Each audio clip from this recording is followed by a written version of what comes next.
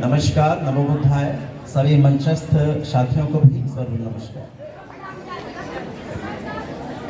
यहाँ आकर एक चीज बड़ा अच्छा लगा कि महिलाओं की भागीदारी बहुत प्रबल रही और निसंदेह अगर किसी भी प्रकार की परिवर्तन चाहिए तो महिलाओं की भागीदारी आपको सुनिश्चित करनी पड़ेगी।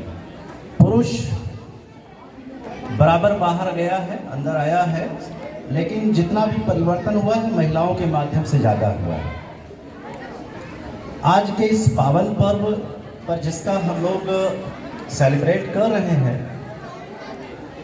और मैं सभी आयोजकों को इसलिए धन्यवाद देना चाहूँगा कि उन्होंने मुझे मंच देने का मौका दिया है। और साथियों, कुछ बातें करना चाहूँगा मैं आपसे, और मुझे उम्मीद है कि चूँकि एज ए टीचर हम लोग समाज में, कॉलेज में, अपने क्लासेस में कुछ बातें करते हैं। हम सभी एक चीज जरूर देख रहे हैं कि पढ़िए पढ़िए पढ़िए, शिक्षित बनिए शिक्षित बनिए, लेकिन एक क्वेश्चन या एक प्रश्न आपके दिमाग में जरूर आना चाहिए कि क्या पढ़ें। पढ़ने के लिए तो बहुत कुछ है, लेकिन पढ़ें क्या? जब तक हम आप इसका डिसीजन नहीं कर पाते हैं तब तक हम आप सही रास्ते पर नहीं चल पाएंगे। कृपया बच्चियों से निवेदन है कि थोड़ी देर शांत रहें।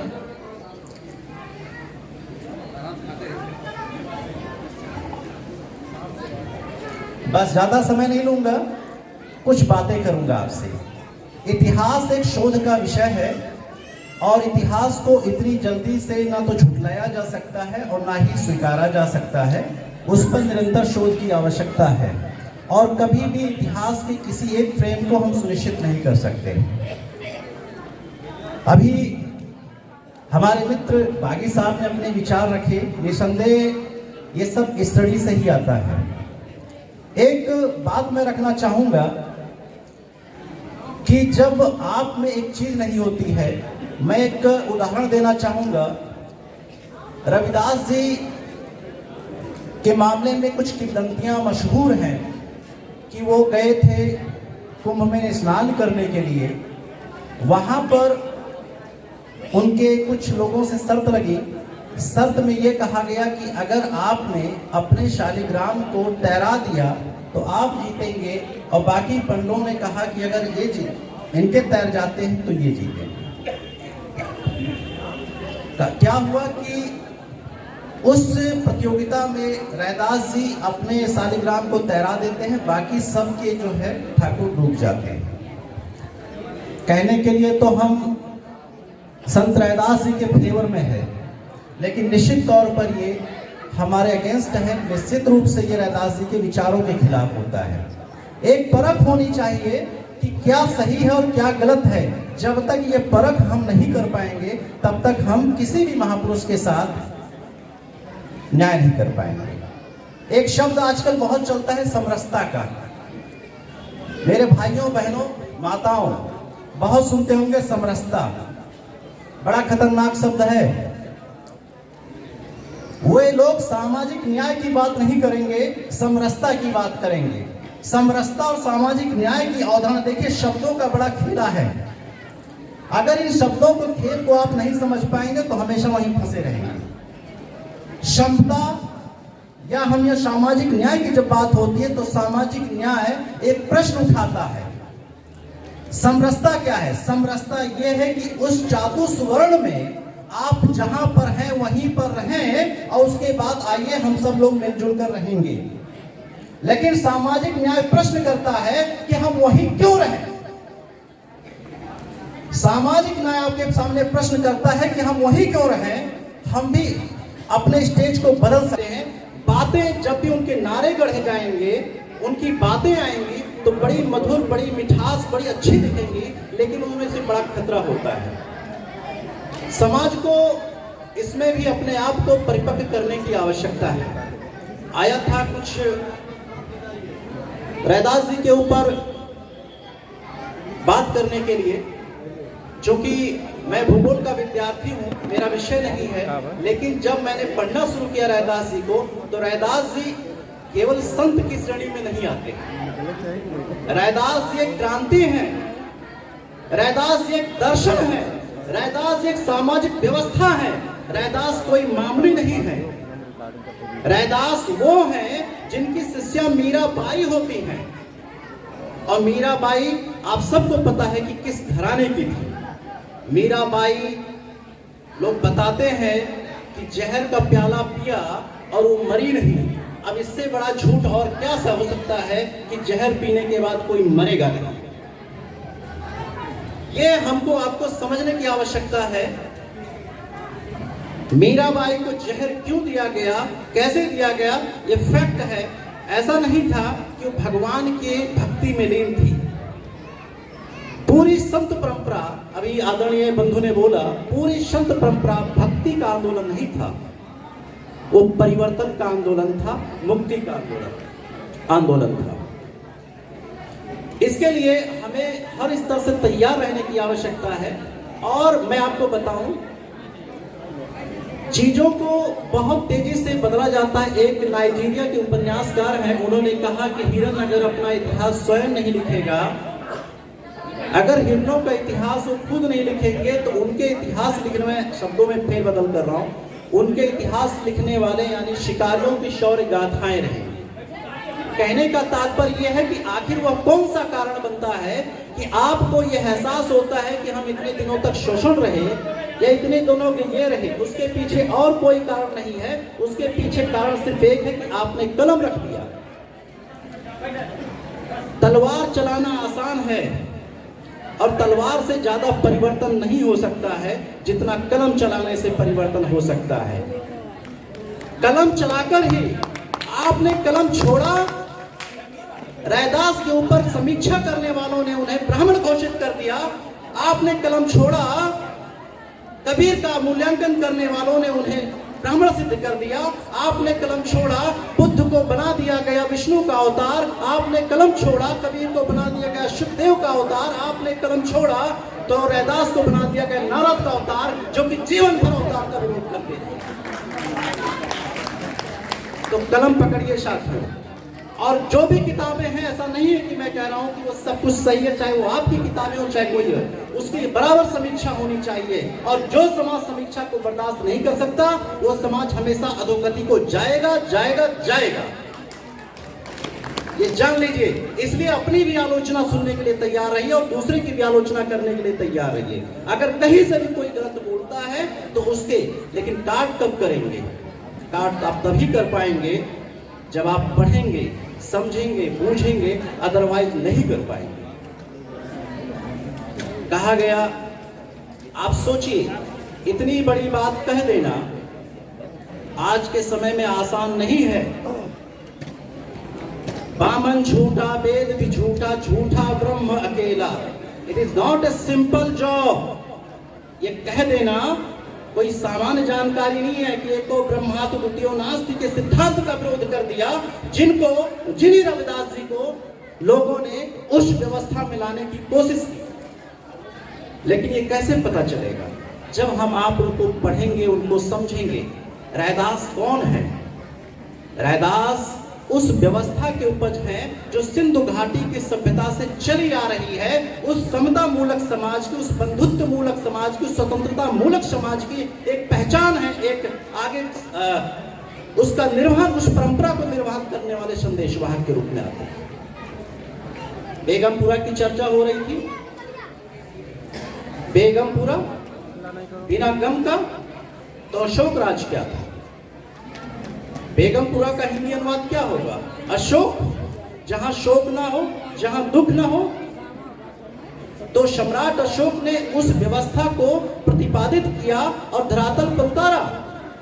उन्होंने कहा था कि मैं कहीं भी रहूं, चाहे अपने सैन्य कक्ष में रहूं, बिना किसी रोक टोक के, अगर किसी भी जन कल्याणकारी की बात होती है तो मुझे बताया जाए।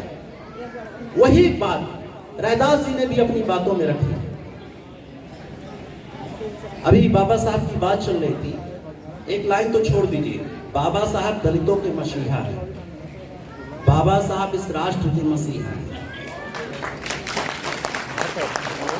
इतनी प्रताड़ना के बाद भी अगर व्यक्ति ने बदले की भावना से काम नहीं किया तो आप क्या समझते हैं? हमारे आपके साथ कोई थोड़ी सी अभी बदसलूकी से व्यवहार कर दे तो बदला लेने के लिए हम पूरी तरह तैयार होते हैं, लेकिन एक ऐसे व्यक्तित्व ने जिसके साथ पूरे समाज के साथ, उस व्यक्ति के साथ इतना वेल एजुकेटेड होने के बाद भी अगर भेदभाव हुआ, लेकिन जब निर्माण की बात आई तो उन्होंने बिल्कुल भी भेदभाव नहीं किया, सबको अवसर दिया। आज एक विचारधारा जो चल रही है, जिस वर्ण व्यवस्था को लागू करना चाहती है, करवाना चाहती है, उनको भी अवसर इसी संविधान से मिल रहा है। वो माननीय प्रधानमंत्री जी अगर उस वर्ण व्यवस्था के हिसाब से चले तो प्रधानमंत्री की कुर्सी पर कभी नहीं बैठ पाते।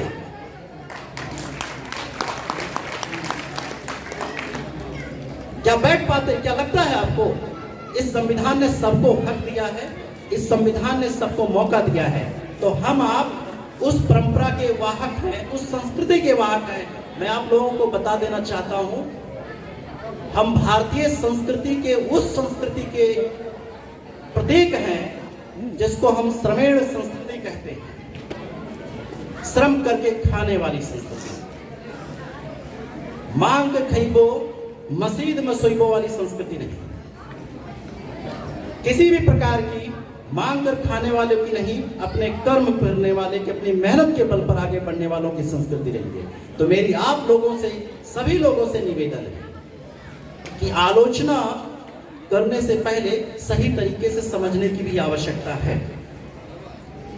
यदि हम उन सब चीजों को बराबर ठीक से अध्ययन करते हुए, दरअसल एक चीज और भी है, अभी राजनीतिक क्रांति की बात हो रही थी कुछ दिन पहले, बंधुओं निसंदेह, अरे कोई नहीं, खाना भी बनाना होता है सब कुछ, लेकिन बस मैं कर रहा हूँ।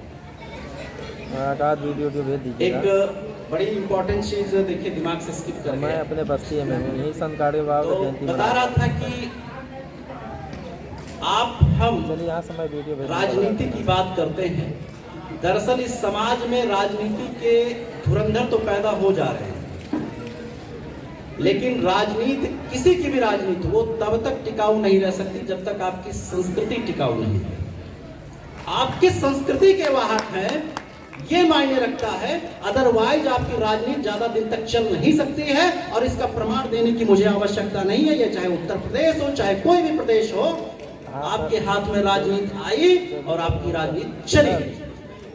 और अभी देखिए, मैं बड़ा प्रैक्टिकल बात करूं, अभी काफी सालों तक आप इंतजार कीजिए, राजनीति हाथ में आने वाली नहीं है। नंबर मिला ना, नंबर आप किसी को गलत कह सकते हैं, लेकिन उससे सीख भी ले सकते हैं कि कितने मजबूती से, वो चाहे विषमतावादी संस्कृति का ही क्यों ना पोषक हो, लेकिन उस संस्कृति को मजबूती से पकड़कर चल रहा है और आजीवन विवाह न करते हुए भी प्रचार प्रसार में लगा रहता है। सीखना जरूर है। आलोचना तो या बुराई तो हम कर ही सकते हैं, लेकिन सीखने को अच्छी चीजें मिले तो सीखनी भी जरूरी है। संचालक महोदय का निर्देश है तो नहीं और भी लोग हैं, ठीक है। तो मैं इतिहास पर थोड़ा सा फिर एक 2 मिनट और ले, इतिहास पर सिर्फ एक लाइन कहना चाहूंगा। इतिहास में बड़ा गड़बड़ मझाला है, नो डाउट, वो भी पक्ष कहता है, हम भी कहते हैं, ठीक है। दरअसल क्या है कि इतिहास में गड़बड़ मझाला यहीं से उत्पन्न हो जाता है जब किसी चीज को बिना तर्क के, बिना प्रमाण के, बिना किसी उसके मान लिया जाता है। जैसे अभी मैं आपसे कहूं कि दुनिया का या भारत का सबसे प्राचीन ग्रंथ कौन सा है, आप सब लोगों के जहन में एक ही ग्रंथ आएगा, ऋग्वेद। आएगा कि नहीं आएगा? आएगा कि नहीं आएगा? सही बताइए, सभी लोग यही कहेंगे। अब आप चीज बताइए, ऋग्वेद किस भाषा में लिखी गई है? संस्कृत में लिखी गई है। और संस्कृत का जो प्रमाणिक तौर पर जो मिलता है हमें, वो 150 ईस्वी में, कब की बता रहा हूं मैं, 150 ईस्वी में, यानी ईसा के जन्म के 150 साल के बाद जूनागढ़ के गिरनार में जो शिलालेख है, जो सम्राट अशोक का शिलालेख है, उसी के नीचे लिखाया गया है, कहीं अन्यत्र नहीं मिलता है। और इससे पहले का संस्कृत में कहीं भी अभिलेख आज तक प्राप्त नहीं हुआ है, जबकि उससे ठीक पहले आज तक जो पठनीय है अभिलेख लिखे हुए तो सिंधु घाटी सभ्यता में भी मिले, लेकिन जिसको हम पढ़ सके हैं जिसको हम समझ सके, वो प्राकृत भाषा है, जिसको अशोक के शिलालेख के नाम से जानते हैं।